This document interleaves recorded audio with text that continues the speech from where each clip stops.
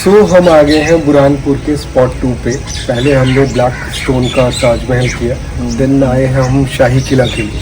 शाही किला जिसको बनाया था आदिल शाह द्वितीय ने 14 से 15 सेंचुरी के बीच में, ये बना है ताप्ती नदी के किनारे में।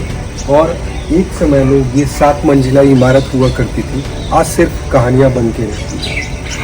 चलिए अभी चलते हैं हम ताप्ती नदी के किनारे, ठीक है ना, सिंपल। ये आप देख रहे हैं शाही किला, एक समय में 7 स्टोरी बिल्डिंग हुआ करती थी, आज देखिए सिर्फ कहानियां बन के रहेगी। इसके बाजू में ही ताप्ती नदी है। ताप्ती नदी के बाजू में जो आप ये दूर स्ट्रक्चर देख रहे हैं, ये जो आप ये स्ट्रक्चर देख रहे हैं ताप्ती नदी के उस पार आहू खाना था, जो कि शाहजहां की वाइफ थी, 14th वाइफ, वहाँ की मुमताज महल। तो उनकी याद में इन्होंने ये बनाया, वहाँ पे उनकी बॉडी प्रिजर्व करके रखी। शाहजहां की जो वाइफ थी 14th मुमताज महल, उनकी याद में ताजमहल बनाया। तो जब उनका देहांत हो गया था यहाँ पे, तो शाही किले में बॉडी रखी गई थी। तो उसको प्रिजर्व करने के लिए उन्होंने नेचुरल तरीके से प्रिजर्व कर पाए, क्योंकि उन्हें मुस्लिम कल्चर, आप एक बार अगर उनके लिए क्या बोलते हैं कब्र में दफना दिया तो फिर नहीं आते, बट उनकी याद में वो सोचे थे कि ब्लैक ताजमहल बनाए, जस्ट लाइक जो आगरा में ताजमहल बना।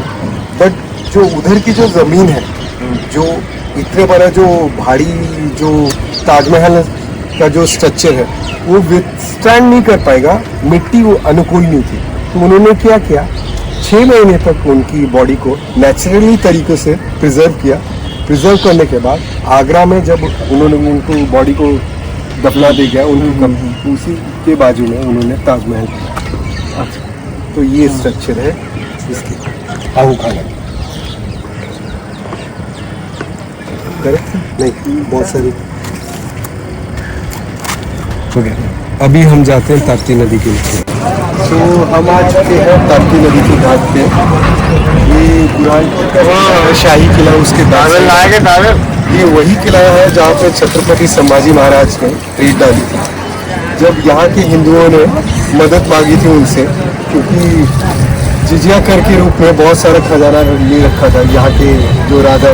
तो छत्रपति संभाजी महाराज ने यहाँ पे रेड डाली और यहाँ का शाही खजाना लेकर के रायगढ़ पे गए थे।